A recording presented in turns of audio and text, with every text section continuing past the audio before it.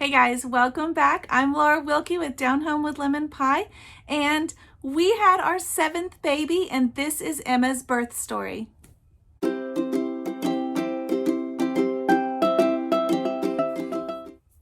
right, guys, welcome back. If you're brand new to my channel, welcome. I am a Christian homeschool mom. I have 6 kids, and we actually just had our 7th baby. So now we have 7 kids. Our oldest is 10, and we have a brand new newborn. And her birth was completely different from all of our other children. So I wanted to share it with you guys, kind of tell you how it went. I know I've been sharing in all of my videos about the updates and how excited we were that she was coming. I did a whole baby week series. So if you're interested in all of that, you can go back and check all of that out. But so in the past, with our other children, they all came fairly on the early side, I guess. With my first, my water broke at 37 weeks, and she was born at 5 pounds, 12 ounces. And my next daughter was, I carried her till 39 weeks, and she was right at 6'14". She was our very biggest baby. Then we had 2 boys. One was carried for about 38 weeks, a couple days after that, and one was a couple days after 39. And both of them were kind of in between the 2 weights I already told you. So in between that high 12 to 6'14", somewhere in between there. And then we had a set of twins. They're 3.5 now, and I actually carried them till just a few days after 37 weeks as well, and they were good sized babies too. One of our twins was 5'10", so that was our actually smallest baby that we've ever had, was 5'10". And then our little boy from the twin set was 6'4". So we really haven't had I guess what you would consider a big baby. We haven't even had a 7-pounder yet. So we were excited to see what we were going to get this time, how long I was going to carry her, where she was going to kind of fall in line with the others as far as where they ranked. And it was just exciting to see. We did something completely different with her. We did a home birth. It was our very first home birth. We had our first 4 children in the hospital with epidurals and all the things that go along with that. And they were all not good situations. They were all natural births, as far as there weren't C-sections or anything like that. They didn't have NICU, but they were not ideal birthing situations. We had several situations that weren't good.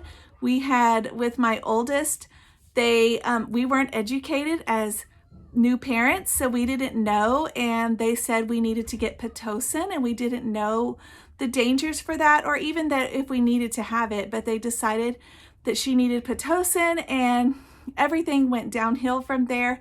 Her heart rate dropped. It was really scary, and it was just not a good experience. They ended up pulling her out with the forceps, and which caused me to tear, and then they sewed it up, which we later found out was sewed up incorrectly. It was just one issue and intervention after another. And I highly recommend the movie The Business of Being Born. If you have not watched it, it is totally worth it. But like they say in that movie, one intervention leads to another intervention, and that is what happened with our first. So it just wasn't an ideal situation. With our second, we figured, we got a little bit more educated, but we kind of figured that was kind of a fluke. The first baby, that was weird, all that happened. That won't happen the second time. And actually with the second, it was much better, but she started to be born.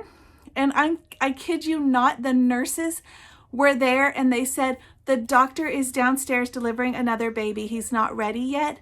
And she was coming out, and they pushed her back in because they said the doctor has to deliver her which we found out later is for financial reasons. He wouldn't get paid if he didn't actually catch the baby. So they pushed her back in. We were shocked. And then with our third, they had a monitor on my tummy monitoring his heart rate, and same thing. The heart rate monitor went away from the screen where we were watching it. My awesome mother-in-law was concerned, and she said, "Where's the baby? Where's the heart rate? Oh no, something's wrong." And she lifts up the blanket where we are sitting, and she says, "Here's the baby." And he was starting to be born as well. And she had to run out into the hallway. I had no idea he was even coming because I had the epidural, like I said. And it was just not an ideal situation. Like, how scary, your baby's coming and there's nobody even in the hallways, waiting, or even in the room, prepared. So it was just kind of scary. So with our fourth baby, the situations weren't much better. We were living in Houston at the time, and I knew we were in labor. We started going into labor and I was having contractions. This wasn't our first baby. We knew what this was, what to expect. And we get to the hospital and they insisted that we were not in labor. They told us that I just needed to go home and I needed to sleep it off. And they wanted to prescribe me an Ambien and sleep off his all the contractions that we were having. And I was kind of shocked. I was shocked. Fortunately, we declined that. They sent us home anyways, even though we lived 45 minutes away and we had a 45-minute, obviously, drive back. We went home. I could not hardly even walk through the contractions or talk through them, and they were sending us home. So we went home kind of feeling defeated. This was with our fourth baby, not the one we just had. And it was horrible. It was just horrible. And we went back, actually at home, we started bleeding, like a lot of bleeding. And we went back to the hospital and they said kind of sarcastically, "Oh, do you think you're in labor now?" And ended up admitting us, and we ended up having the baby. But it was just their whole attitude, their demeanor, the fact that they sent us home while we were in labor, ready to have a baby, just the whole thing. And we were over it at that point as far as hospital births go. We were over it actually after our second daughter, but because of other situations, we had to go ahead and do a hospital birth with with our third and fourth. But by the time we had our twins, we were done with that situation, and we actually did a midwife, and we were so thankful. It was a wonderful experience. Everything went smoothly. We did them at a birthing center because there were two of them, and where we lived, it was just a better situation for us to be there, just on the chance that there were anything wrong with them. And of course, nothing happened. Everything was beautiful and fine and perfect. But this baby, the one that we just welcomed, little Emma, she was born at home with a midwife. It was much faster. All of my babies I've known were in labor before lunchtime, and they are not even born until the middle of the night, most of them. And with this little turkey, it was around late morning that I realized we're probably going to have this baby today. And so we got our kiddos situated, going to grandma's, all the things. And we did, things started progressing fairly normally. And around 2, we checked in with our midwife, and she said, "Okay, let's check in again around 4 and see how things are moving along."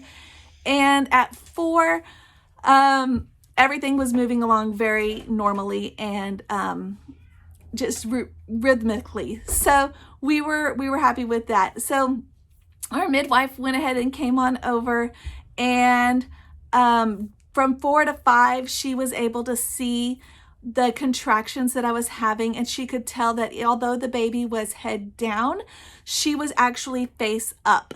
And because she was face up, she was having a hard time engaging and getting into the correct position. And she could see that because of where, like when I would have the contractions, where her like her knees and her limbs were. And so she said, you know what, let's head over to the chiropractor up the road that you've been seeing. And fortunately, she's not very far, like 10-15 minutes. She said, let's head over to the chiropractor and she can adjust her and get her flipped around. And then so that's what we did. So around 5, we went over to the chiropractor and we did an adjustment there, and we got to spend some time there doing all of that and kind of discussing it. And we left there at 6 o'clock. I sent my husband a text, told him we were on our way back home. And at this point, contractions were really picking up. They were getting to be on top of each other. But I have a high tolerance for pain, so they weren't what I would call unbearable. So we go home about 10-15 minutes to get home, right? So it's about 6:15 or so. We get home. We're walking up our sidewalk. We have like a long sidewalk from the driveway to the house. And we're walking up. We're having to stop and have contractions through that. And we get inside. And it's now 6:15. We haven't really eaten. So we decide to have some food. And my husband makes me like a half a peanut butter sandwich. I try to eat some of that and it's just not happening. And so we went to the bathroom a couple times, just kind of back and forth. And the next thing we knew, the midwife says, you know what? Why don't we go ahead and set up the birthing pool to my husband? So he's in the living room trying to set that up. And I kid you not, maybe 3 to 5 minutes later, if that, she was coming. The baby was coming, and like really coming. And so we nixed that idea. At this point, we were not, like most of us were not expecting her this quickly. It went from we're kind of moving along to, oh, she's here now. And so we had a change of plans. We already had my son's bed, because it's short, kind of set up as like a triage area where we could do, like where she would have been doing some checks and different things. So we barely made it to his room, to his bed, and little Emma was born just a couple minutes later. She was actually born, because we weren't prepared. We did not get pictures of this, and I so wish we had.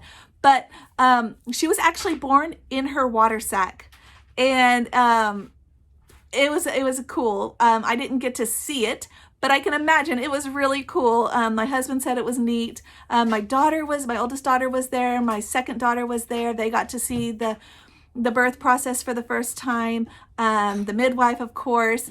It was just really neat. And so she was born pretty much, just a couple minutes after we got into his room. And she was here. She was here. And she was fine, and she was perfect, and she is beautiful. She is a wonderful little baby. She's 1 week old now, and she is just beautiful. She's just beautiful. She's still in that really, really sleepy stage where she just wants to sleep all the time. And so that's kind of nice. The kids are all loving bonding with her. They're all having a great time getting to know her, experiencing the new baby. They're all holding her. It's just so fun. So anyways, that is kind of our birth story. That's kind of how the transition from kind of how we have learned and grown from being hospital birthing parents to where we are now, where I can't imagine not doing it with a midwife at our home. It was just amazing and beautiful and wonderful. And so highly recommend that for anybody who is in a similar situation and doesn't have a high-risk pregnancy. So anyways, guys, stay tuned. I am so glad to get back to giving you guys some tips and videos and all the things. I'm going to have some Christmas videos coming up soon, and we are on our Christmas break for homeschool, or our winter break. It actually goes past Christmas. So I'm excited to share that with you guys. But until next time, I just wanted you to know and check in and let you guys know that we are doing wonderfully. The baby is great, and we are excited to get back to sharing with you. We'll see you guys next time. Bye-bye.